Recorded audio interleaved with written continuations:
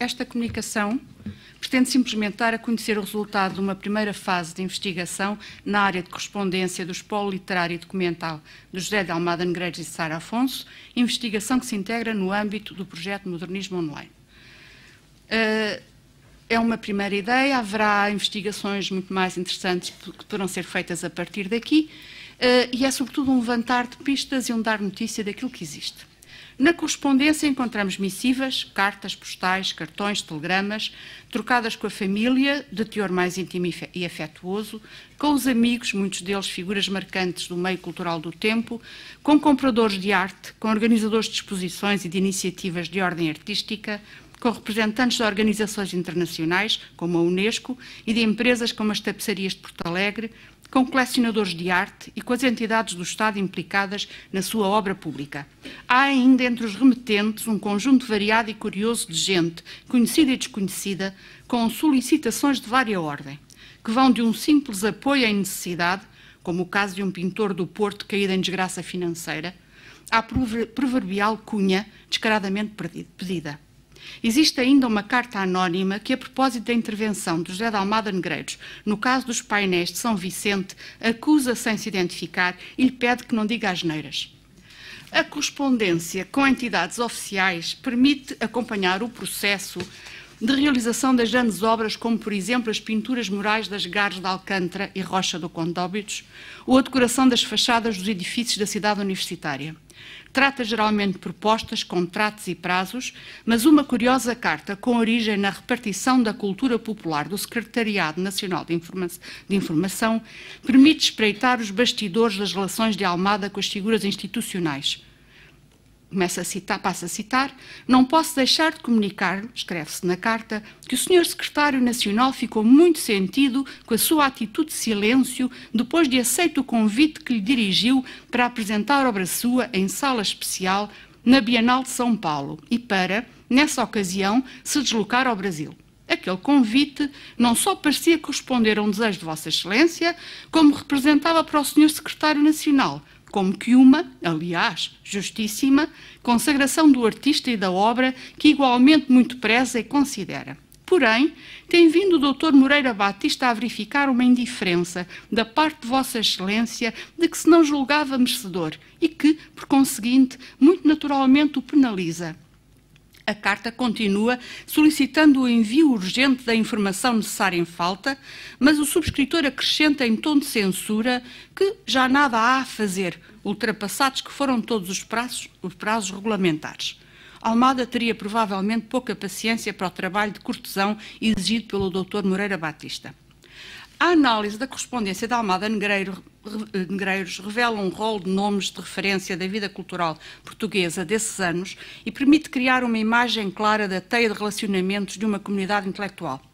Citemos alguns nomes de remetentes: Vitorino de Almeida, Ruben A., Robert Brechon, Mário Cesarini de Vasconcelos, numa carta que fala acerca da exposição de Amadeu Sousa Cardoso no Porto, e do texto de Almada Negreiros para o catálogo, Mário Chicó, Jacinto do Prado Coelho, Natália Correia, por exemplo, uma carta referindo-se à justeza do prémio atribuído a Almada Negreiros, Armando Cortesão, Joaquim Passo de Arcos, Davi Mourão Ferreira, José Augusto de França, Natércia Freire, João de Freitas Branco, Rogério de Freitas, Pierre Urcade, Mária Henrique Leiria, Raul Lino, Armando Cortes Rodrigues, Luís de Montalvor, Raul Leal, Imérico Nunes, Luís Pacheco, enviando um texto intitulado O Cesarini Muito Cansado, José de Azeredo Portigão, Bartolomeu Cid dos Santos, Artur Portela, António Quadros e muitos outros.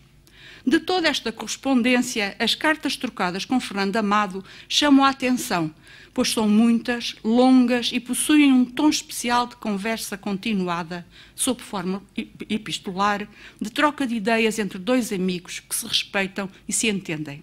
Discute-se arte, conferências, livros, conceitos, visões do mundo e ideologias, aferem-se afinidades e diferenças. Fernando Amado, que conheceu Almada com cerca de 20 anos por ocasião da revista Orfeu e manteve com ele ao longo das décadas seguintes uma convivência assídua, foi figura marcante na história do teatro português.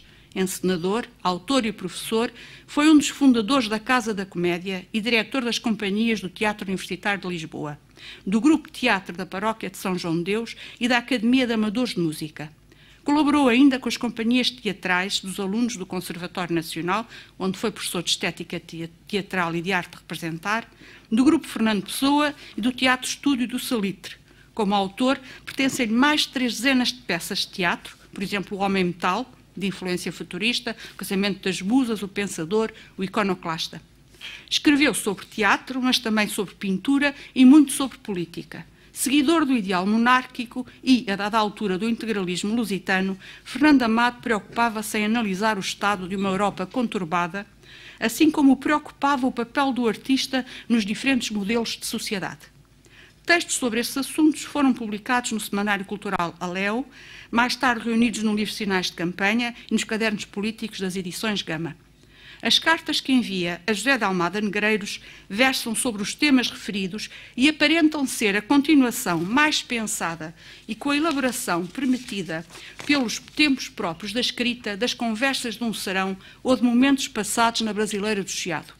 Possuem no tom aquilo que Teresa Amado designa como o seu pendor pedagógico, motivado, como diz, pela necessidade de convencer os outros da sua verdade. Numa carta envia a Almada às muitas páginas manuscritas do ensaio com o título Os Desenhos de Almada, texto escrito a propósito da exposição 30 anos de desenho e publicado na revista Variante em 43. Noutra carta, o tema é arte. Fernando Amado confessa ao amigo a sua reação às palavras de Eugénie Dors, escritor e crítico de arte catalão, proferidas durante um serão passado em casa da família Almada Negreiros e que prefere não tornar públicas, pois nada se ganha a não ser uma outra polémica importuna que nos desvia da posição em que teríamos gosto de ficar. Mas acrescenta, em arte nunca é prazer guardar segredo. E quando a ocasião se apresenta, é com ânsia e alegria que se aproveita a ocasião de comunicar com quem nos entende, seja embora uma única pessoa. Eugénie Dors, que segundo diz, utiliza as palavras como o pintor as tintas, está em oposição aos nossos literatos que, passo a citar, no termo autoridade só vêem imagens grosseiras e ridiculamente policiais. Ele adverte que a autoridade vem de autor e que a ignorância dessa relação vital pode reduzir a autoridade a um instrumento perigoso, gerador de miséria.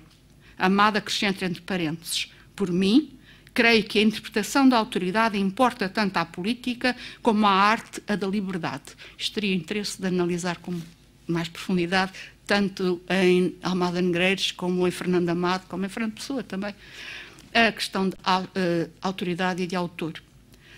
Ora, diz a carta, seria um filósofo pouco, Hoje, diz a carta, seria um filósofo pouco profundo, demasiado ligado ao sistema que criou, que não passa de uma reformulação de um velho dualismo. Cito, os dois princípios, o masculino e o feminino, um que constrói e conserva, outro que destrói e renova. O princípio estático e o dinâmico, etc. Não lhe perdoa uma crítica injusta e superficial a Maurras, o grande crítico do romantismo, que é objeto de um dos seus ensaios publicados em Sinais de Campanha. Lembra, apesar das críticas, que Hoje mantém o contacto com a matéria, com aquilo que há de divino na matéria, quer dizer, com o sopro da vida. A arte o salva. Relacionando com o divino existente na matéria, refere a figura do anjo, o motivo essencial da inspiração do artista, por assim dizer, garantia ideal de uma síntese realizada na obra de arte entre a essência e a forma, o espírito e a matéria. Passo a citar. Lembra-se, meu caro José, de uma conversa nossa a uma mesa da Brasileira do Chiado sobre o tema ni ange ni bête? Essa é a expressão latina da humanidade. Agora, suponha que em lugar de simples corifeu da corte celeste e, portanto, de natureza anticósmica, o anjo fosse, como aliás o queriam os artistas do Renascimento, o verdadeiro intermediário entre o homem e Deus, o mensageiro, o intérprete, o advogado e o protetor. Por um lado, o espírito e a matéria haveriam de nele estar fundidos em harmonia perfeita. Por outro lado, os dois princípios haveriam de nele equilibrar-se, ficando todavia, cada um aparente. Ora, isto seria também um tema interessante de um estudo mais aprofundado, tanto em Almada como no Fernando Amado, e, por que não, também no Pessoa.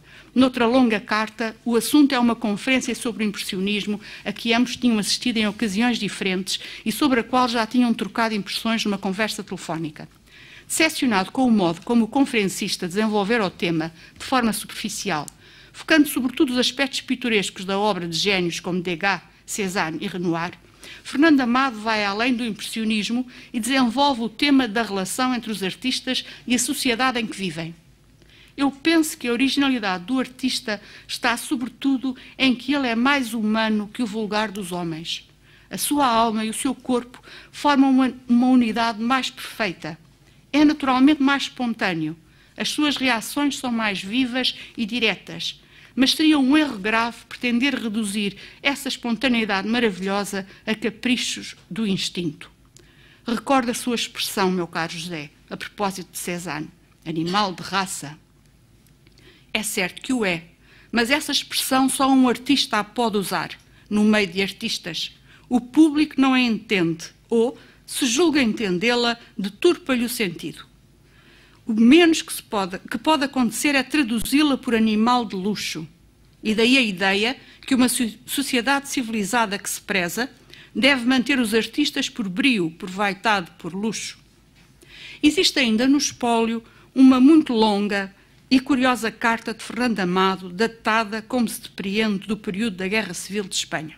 Tem 16 páginas escritas em letra muito miudinha. Trata-se da resposta a uma carta de José de Almada Negreiros, em que este se mostrara chocado com as atrocidades relatadas nas notícias. A posição de cada um deles era, se não oposta, diferente, mas a abertura do espírito permitia a discussão dessas diferenças. Meu caro José, a sua carta, que recebi bastante atrasada, quase uma semana, é um ardente e generoso desabafo perante as atrocidades cometidas em Espanha.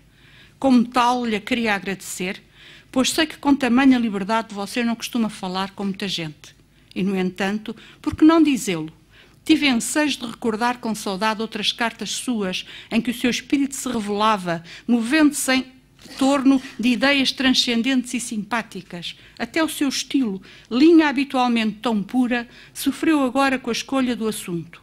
Só tenho pena que, pelo modo como você diz honrar-se em nada perceber de política, pareça desaprovar os que se orgulham de uma atitude inversa, tanto mais que, sendo eu um deles, um pouco da desafecção há de cair sobre mim.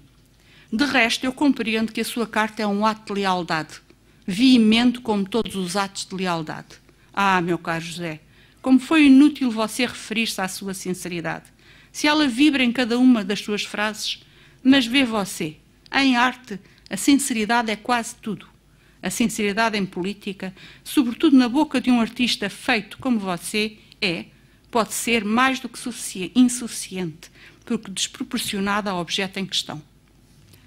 As questões da situação do artista face à política e do papel da arte em cada um dos modelos de sociedade da época, coincidência nas duas grandes ideologias, comunismo e fascismo, e nos países onde estas estavam em vigor, são ampla e francamente desenvolvidas com a tal sinceridade a que Amado se refere. Temendo talvez que, apesar de tudo, essa mesma sinceridade tivesse ensombrado a amizade, Fernando Amado interroga: terei afastado ou aproximado a hora da nossa colaboração? Apesar dos receios de Fernando Amado, a relação entre os dois não foi posta em perigo pelo desabafo. A colaboração foi longa e profícua, como se depreende da lista de projetos comuns que passo a citar. Em 1946, no Centro Nacional de Cultura, sessões com o título Diálogo entre Almada Negreiros e Fernando Amado, publicadas em 1951 na revista Cidade Nova. Em 1949, no Teatro do Salitre, a colaboração aprofunda-se. Almada faz os figurinos para a peça Casamento das Musas, de Fernando Amado, que encena em estreia absoluta, antes de começar, de Almada Negreiros, com figurinos de Sara Afonso. Quando volta a encenar esta peça de Almada, Amado volta a encenar esta peça de Almada várias vezes, duas das quais em 56, quando dirigiu o Teatro Universitário de Lisboa. No final dos anos 40 e na década seguinte, as sessões de debate entre ambos no Centro Nacional de Cultura continuam. E é aí que, em 1960, no fecho da semana dedicada a Fernando Pessoa pelos 25 anos da sua morte, é reposta a peça Antes de Começar, juntamente com 3 peças breves de futuristas italianos e com o Marinheiro de Pessoa. A Amada deu a sua colaboração com apontamentos cenográficos e de indumentária. De 1963 a 1965 são encenados na Casa da Comédia 7 espetáculos, um dos quais a peça de Fernando Amado, O Iconoclasta, e mais uma versão cénica de Antes de Começar de Almada. Nesses 2 anos, Fernando Amado encena ainda Deseja-se Mulher, tendo Almada acompanhado todos os ensaios e revelado entusiasmo com o resultado final. Esta foi uma longa colaboração artística. A leitura da correspondência de Fernando Amado com José de Almada Negreiros acrescenta a essa longa colaboração um outro caráter, o de uma longa conversa continuada na intimidade de um diálogo epistolar. E pronto.